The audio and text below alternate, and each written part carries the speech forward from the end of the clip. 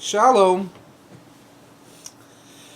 This week's parasha is Vayakhel, and in it is discussed in this week's Torah portion the building of the Mishkan, or the tabernacle. So, we have to find a story that is thematically similar from the Nevi'im, from the books of the prophets, and the men of the Great Assembly decided that they're going to take a portion from the book of Kings discussing, what else? The building of King Solomon's Holy Temple.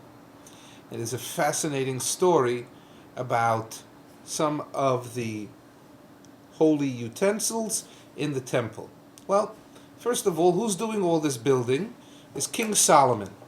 Now, King Solomon, we call him in Hebrew Shlomo. Now, what does that name mean? Shalom, peace and prosperity. And this is what he represented in the land of Israel, that no other kingdom that the Jewish people were led by, this king, was greater than King Solomon.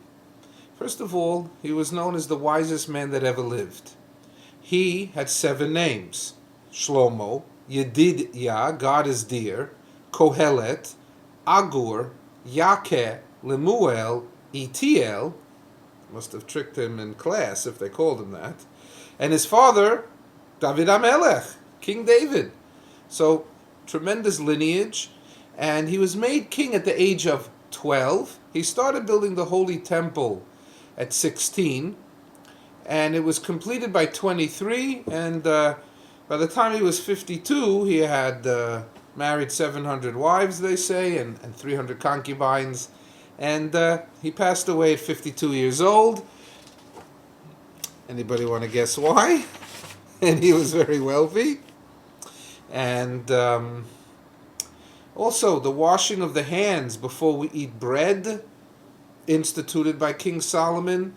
The Eruv that we have for on the Sabbath, the Jewish people, in order to go from a private property to a public area and then back to a private property and to carry something, that was put in place by King Solomon. He also wrote 3 books: the book of Kohelet, Ecclesiastes.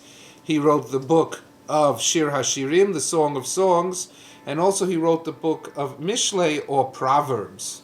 So, that's a little background on King Solomon. Why don't we take a minute to discuss where it happened? Happened in the city of Jerusalem. When did it happen? Happened about 3,000 years ago. So, the Haftarah begins with the explanation of how Solomon contracted Hiram from the city of Tzor. He was the son of a widow and from the tribe of Naphtali, and the father was someone who knew how and taught his son how to do casting of metals. And you will hear about how some extraordinary utensils, temple treasures, were made by this man named Hiram. The first 2 things that they talk about are the poles in front of the entranceway when you go into the Beit HaMikdash. They were named Yachin and Boaz. Yachin in its place, and the temple should stay there. And Boaz, it came with power.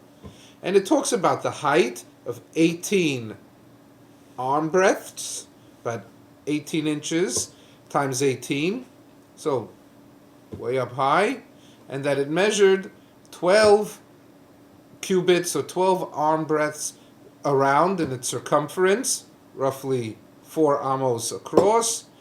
And also it mentions how it was decorated, these 2 poles that were at the entranceway of the temple, which you could see on the Haftorahman emails and website this week, and that the tops of the poles were decorated with flowers, roses, and then on top of that area there were little pomegranate designs, and then finally palm trees that they had at the top of these as caps on top of these wonderful poles. Haftara continues to talk about this wonderful mikveh, or bathe a bath, a spiritual bath that you would go to bathe yourself. The Kohanim, the high priests, would bathe themselves before they went into do any of the work of all in the sacrifices and altars. And this was called the Yam, or the sea, the great ocean. And it said that it had a circumference of 30 amos, which is 10 amos across. It was round on the top, square on the bottom, and that on each side there were 3 bulls facing in each direction, 4 sides, so you had 12 bulls, and each one of those was symbolic for either the 12 tribes or the 12 different months of the year, but I think we better stick with the 12 tribes. So that is the Haftarah that is read by the Sephardim. The Ashkenazim decided that they're going to read a little bit further into the Parsha, similar topics, and it is talked about the different vessels that Hiram made for the Holy Temple. And you'll see, again, if you look at the Haftorahman emails, you'll see the shovels in these pans that they would shovel up the ashes from the altar, as well as different bowls that were used to sprinkle the blood by the Kohen on the altar. And they were fashioned in the most meticulous way that one would think, oh, I'm Hiram, I'm the Rembrandt of the time of King Solomon, and I want to work on these massive projects.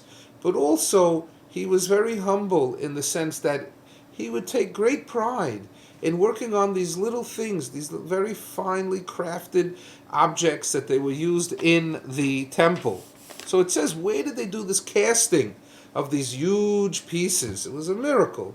And it says that it was on the Jordanian side of the Yarden, the Jordan River, and they had this foundry where they would be able to cast the huge metal in molds that were brought to the Holy Temple. Now remember, the gold used in the menorah was refined 1,000 times. Today we have 24 karat gold. In those days, they had 28 karat gold. It was the purest gold that ever existed. And these were holy, holy vessels. It also describes how they made musical instruments for the temple. You need to remember that the Levitical orchestra played in the temple on Shabbat musical instruments and sang, while the Kohen would sacrifice animals and throw them onto the flames. So let's just summarize.